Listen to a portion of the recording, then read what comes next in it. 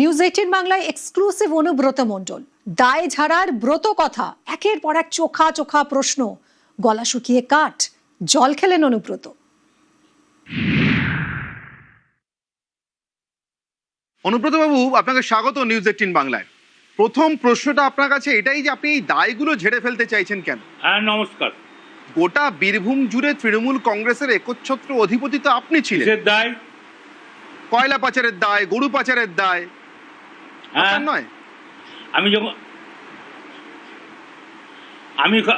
আমি কোনো কয়লা পাচারও করি নাই, গরু পাচারও করি নাই। তাহলে ইডি কি আপনাকে অকারণে নিয়ে গিয়েছিল? এটা আপনাদের বানানো বুলি। ইডি তার কোনো প্রমাণ দেখাক আমাকে। আপনাকে তো ছেড়েও দেয়নি, খালাসও করে দেয়নি, মামলা তো ঝুলে আছে, আপনাকে তো দৌড়াদৌড়ি করতে হবে এখন, হয়তো সারা জীবন। সে তো মামলা চলছে। তাহলে আপনি তো আমাকে দোষী বলতে পারেন না। আপনার বিরুদ্ধে যে অভিযোগগুলো যেহেতু মামলাটা চলছে, আপনি আমাকে দোষী বলতে পারেন না। সে তো বুঝলাম, কিন্তু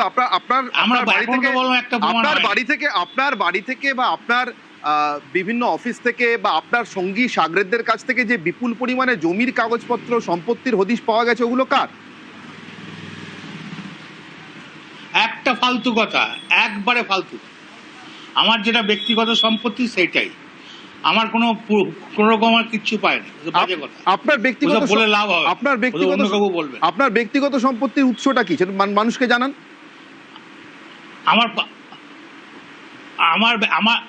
আমি ভানারি ঘরের ছেলে নয়। আমার বাড়িতে 250 বছরের দুর্গাপুজো আছে। আমার বাড়ি হাটসেলান্দি। বুঝলাম। লোয়ার নানুরে। বুঝলাম। আমার বাবার জন্ম বোলপুরে। আমার বাবার জন্ম বোলপুরে। 2011 সালে তৃণমূল কংগ্রেস ক্ষমতায় আসার আগে কোনোদিন সিবিআই ইডি রেড হলো না আপনার বাড়িতে? আপনার সম্পত্তি নিয়ে মানুষের মনে প্রশ্ন উঠলো না? তৃণমূল ক্ষমতায় এলো, বীরভূমের একচ্ছত্র সম্রাট হলেন আপনি, তারপরে আপনার বাড়িতে ইডি সিবিআই ইডি আপনাকে রেড করে নিয়ে গেল। সম্পত্তি নিয়ে আপনাকে এতদিন ধরে তিহারে আটকে রাখলো কেন? অকারণে? আপনি তো এই গল্পটাই জানেন না। আমাকে কে অ্যারেস্ট করেছে সেইটাই তো আপনি জানেন না। সিবিআই অ্যারেস্ট করেছিল, তারপরে ইডি আপনাকে জিজ্ঞাসাবাদ করেছে। চ্যানেলে বসে সিবিআই অ্যারেস্ট করেছে, ইডি অ্যারেস্ট করে নাই। আপনাকে প্রথমে অ্যারেস্ট করেছে সিবিআই। তারপরে কি হলো? তারপরে ইডি নিয়েছে। হ্যাঁ, তারপরে নিয়েছে তো। তারপরে কি হলো সেটা? ইডি কেন নেয়? তারপর কোর্ট। ইডি কেন নেয়? কোর্টে দেখুন। আপনার ইডি কেন নিয়ে যায় বলুন না? মানিব্যাগের টাকা গুনতে? আপনার মানিব্যাগে কত টাকা আছে গুনতে নিয়ে গেছিল? প্রমাণ হবে যখন, শুনুন, না যখন আমার প্রণাম হবে। আপনি ছিলেন নাকি পাশে? আমি জিজ্ঞাসা করছি আপনাকে, আপনার মানিব্যাগের টাকা গুনছিল ইডি নিয়ে গিয়ে? আপনি পাশে বসেছিলেন নাকি? আমি আপনাকে জিজ্ঞাসা করছি, আপনার মানিব্যাগের টাকা গুনছিল ইডি? না, আমার কোনো বালিঘাট নাই। অনুব্রত বাবু, আপনাকে একটা কথা বলি, মন দিয়ে শুনুন। তৃণমূল কংগ্রেস করতেন আপনি, তৃণমূল কংগ্রেসের জেলা সভাপতি ছিলেন আপনি। আমার কথাটা শুনুন। মন দিয়ে শুনুন।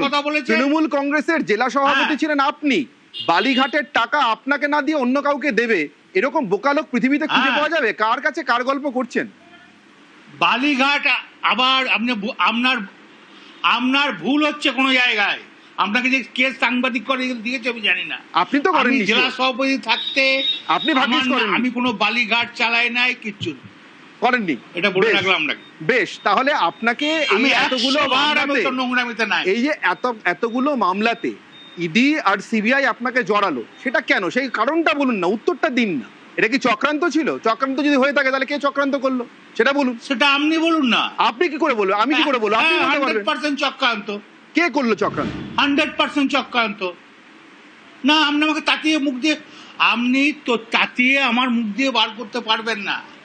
আপনি কি বলতে চাইছেন আমি জানি। সেই স্কুলে আমি হেডমাস্টার ছিলাম। কোন স্কুলে? আপনি কি বলতে চাইছেন আমাকে? কোন স্কুলে হেডমাস্টার? কালকে যে ব্যাপারটা সেই বললাম তো, আপনি যেটা বলতে চাইছেন আপনি কোনোদিনই বলাতে পারেন। আমি কিচ্ছু বলতে চাইছি না, আমি শুধু শুনতে চাইছি আপনার মুখ থেকে। আপনাকে সিবিআই কেন নিয়ে গেল, ইডি কেন নিয়ে গেল? আমি বীরভূমটাকে উন্নয়ন করেছি। কিরকম উন্নয়ন করেছেন? ইডি কানে নিয়ে গেল এই সিবিআই। আপনি বীরভূমের উন্নয়ন করলেন কি করে? বীরভূম যা উন্নয়ন হয়েছে কোনো জায়গায় তা হয়নি। কিভাবে করলেন উন্নয়ন? আপনি তো কোনো সরকারি পদে ছিলেন না, কিভাবে উন্নয়ন? আমি কেন করবো? মমতা ব্যানার্জি করেছে, সরকার করেছে। তাহলে সেই মমতা ব্যানার্জি হাত ছাড়লেন কেন? কে বললাম? এসএসডি চেয়ারম্যান ছিলেন। আপনি মমতা ব্যানার্জি হাত ছাড়লেন কেন? মমতা ব্যানার্জি উন্নয়ন কেন ছাড়লাম? সে কৈফিয়ত আপনাকে দিতে হবে নাকি? জানতে চাইবো না? সে কৈফিয়ত আপনাকে আমি দেবো নাকি? যেদিন সিপিএম জঙ্গলের ধারে মেরে ফেলে রেখেছিল সেদিন কিন্তু ঋতব্রত ব্যানার্জি ছিল না, সেটা মমতা ব্যানার্জি ছিল। মমতা ব্যানার্জি কানে দেখে না, তাহলে বলছেন মমতা ব্যানার্জি কানে দেখে। তাহলে বীরভূমের সিপিএম মমতা ব্যানার্জি তারাই নাই, আমরা তারি। না, ভালো কথা। তাহলে বলছেন সিপিএম যেদিনকে মেরে আপনাকে জঙ্গলের পাশে ফেলে রেখেছিল সেদিনকেও মমতা ব্যানার্জি কানেই দেখতেন?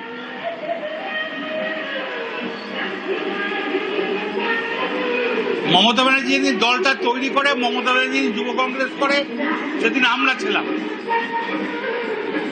বুঝতে পারলাম না, আরেকবার বলুন। মমতা ব্যানার্জি যেদিনকে আপনাকে সিপিএম মেরে জঙ্গলে ফেলে দিয়ে গেছিল সেদিনও কি কানে শুনে আপনার খোঁজ খবর নিয়েছিলেন, আপনার পাশে দাঁড়িয়েছিলেন?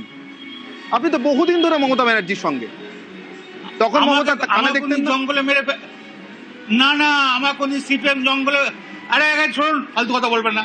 আমার কোন জঙ্গলে সিপিএম মারার কথা হয় নাই। আরে রাগ করছেন কেন? মারবে? আরে রাগ করছেন কেন? আমার কোন সিপিএম মারে নাই। আরে রাগ করছেন কেন অনুব্রত? সিপিএম কোনদিন মারেনি আপনাকে? আপনি ফালতু কথা বলছেন, ফালতু কথা বলছেন। সিপিএম কোনদিন মারেনি আপনাকে? কে মেরেছে আমাকে?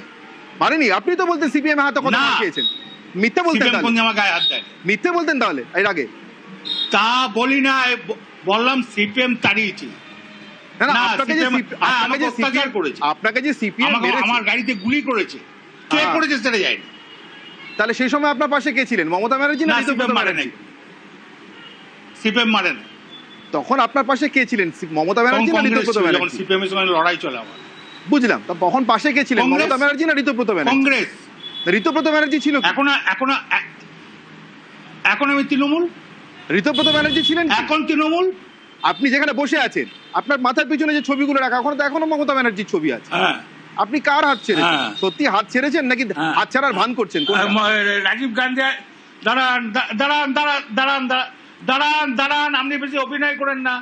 রাজীব গান্ধীর ছবি আছে, ইন্দিরা গান্ধীর ছবি আছে, তারপরে আমাদের এক্স মুখ্যমন্ত্রীর ছবি বিধানচন্দ্র রায়, রায়ের ছবি আছে, মমতা ব্যানার্জি, তারপরে বাজপেয়ীর ছবি আছে। আর কার ছবি দেখতে চান? মমতা ব্যানার্জির ছবিটা। মমতা ব্যানার্জির ছবি আছে, কেন থাকবে না? এই তো মমতা ব্যানার্জি হাত ছেড়ে দিয়েছেন বলছেন, থাকবে।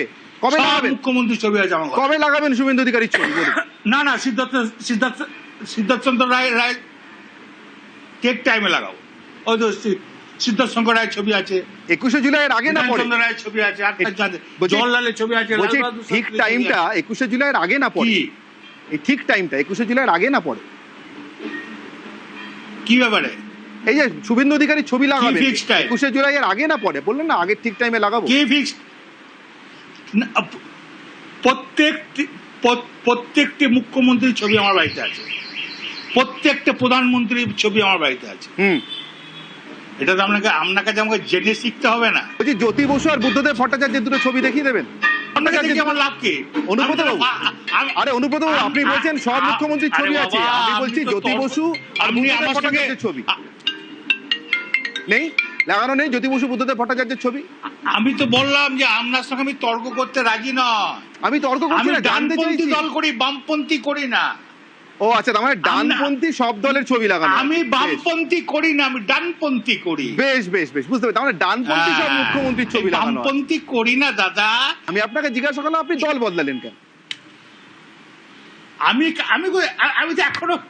তো এখনো টিএমসি। কোন টিএমসি?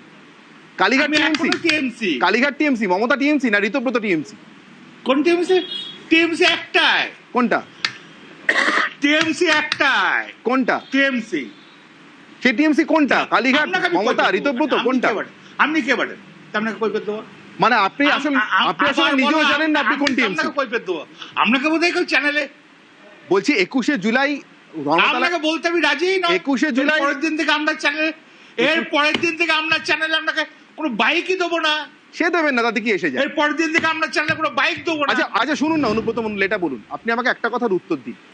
এই যে অনুব্রত মণ্ডলকে বলা হতো বীরভূমের বাঘ, ফিরহাদ হাকিম গিয়ে সার্টিফিকেট দিয়ে এসেছিলেন, মমতা গিয়ে সার্টিফিকেট দিয়ে এসেছিলেন, তো সেখানেও মমতা, সেখানেও ফিরহাদ হাকিমের তৃণমূল কংগ্রেস, তার সঙ্গে অনুব্রত মণ্ডল, বীরভূমের বাঘ, তার হঠাৎ কি হলো? বাঘ হঠাৎ নিজের দল ছেড়ে অন্য দলে চলে যাচ্ছে।